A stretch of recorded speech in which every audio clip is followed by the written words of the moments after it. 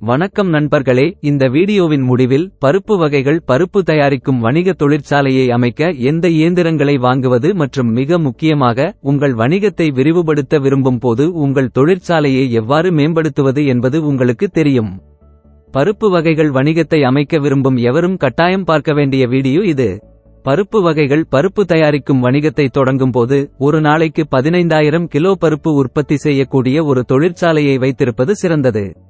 நீங்கள் குறைவாக தொடங்கினால் 6 முதல் 12 மாதங்களுக்குள் உங்கள் இயந்திரங்களை மேம்படுத்த வேண்டியிருக்கும். அதிகமானவற்றுடன் தொடங்குவது நீண்ட காலத்திற்கு பயன்படுத்தப்படாத திறனுக்கு வழிவகுக்கும். பொருளாதார ரீதியாக 8 மணி நேர வேலை நாளுக்கு ஒரு நாளைக்கு 15 கிலோ திறனுடன் தொடங்குங்கள். பின்னர் உங்கள் வணிகம் வளரும்போது உங்களுக்கு 2 விருப்பங்கள் உள்ளன. 16 மணி நேர வேலை நாள் சாத்தியமில்லை என்றால் 2 முதல் 3 ஆண்டுகளுக்குப் பிறகு ஒரு நாளைக்கு 4000 கிலோவுக்கு நேரடியாக மேம்படுத்தவும். நீங்கள் 16 மணி நேரம் வேலை செய்ய முடிந்தால் ஒரு நாளைக்கு 2 ஷிப்டுகளில் வேலை செய்வதன் மூலம் ஒரு நாளைக்கு 3000 கிலோவாக அதிகரிக்கவும். நீங்கள் ஒரு நாளைக்கு 3000 கிலோ திறனை முழுமையாக பயன்படுத்தியவுடன் ஒரு நாளைக்கு 4000 கிலோவாக மேம்படுத்துவதை கருத்தில் கொள்ளுங்கள். இப்போது உங்களுக்கு தேவையான சரியான இயந்திரங்களை ஆழமாக ஆராய்வோம். ஒரு மணி நேரத்திற்கு 15,000 கிலோ திறன் கொண்ட தொழிற்சாலை திறனுடன் பருப்பு வகைகள் பருப்பு தயாரிக்கும் வணிகத்தை தொடங்கும் போது உங்களுக்கு பல வகையான இயந்திரங்கள் தேவைப்படும்.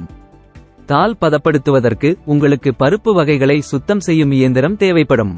இந்த இயந்திரம் கற்கள், தூசி மற்றும் பிற வெளிநாட்டு பொருட்கள் போன்ற அசுத்தங்களை அகற்றுவதன் மூலம் பருப்புகளை சுத்தம் செய்ய பயன்படுத்தப்படுகிறது. இது பொதுவாக ஒரு மணி நேரத்திற்கு 1 முதல் 5 டன் திறன் கொண்ட இலக்கு, சுத்தம் மற்றும் தரப்படுத்துதல் போன்ற செயல்முறைகளை உள்ளடக்கியது. இது சுமார் 1,25,000 ரூபாய் செலவில் விற்கப்படுகிறது. பின்னர் உங்களுக்கு ஒரு பல்ஸ் டீஹஸ்கிங் இயந்திரம் தேவைப்படும். பருப்பு வகைகளிலிருந்து வெளிப்புற உமி அல்லது தோலை அகற்ற இது பயன்படுத்தப்படுகிறது. இதனால் உண்ணக்கூடிய பகுதி அப்படியே உள்ளது.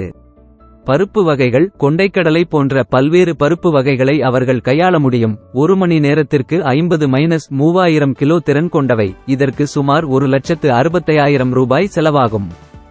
உங்களிடம் ஒரு பிளவு இயந்திரமும் இருக்க வேண்டும். பருப்பு வகைகளை உடைக்கவோ அல்லது சேதப்படுத்தவோ இல்லாமல் பிளவுபட்ட கொண்டைக்கடலை அல்லது பட்டாணி போன்ற 2 வகை பருப்புகளாக பிரிக்க இது பயன்படுத்தப்படுகிறது. இதன் விலை சுமார் 2,50,000 ரூபாய் ஆகும். உங்களிடம் ஒரு துடிப்பு மெருகூட்டல் இயந்திரம் இருக்க வேண்டும். வெளிப்புற அடுக்கை அகற்றுவதன் மூலம் பருப்பு வகைகளுக்கு பளபளப்பான தோற்றத்தை வழங்க இது பயன்படுத்தப்படுகிறது. இதன் விளைவாக மேம்பட்ட தோற்றம் மற்றும் அமைப்பு ஏற்படுகிறது. இதன் திறன் சுமார் 50,000 ரூபாய் ஆகும்.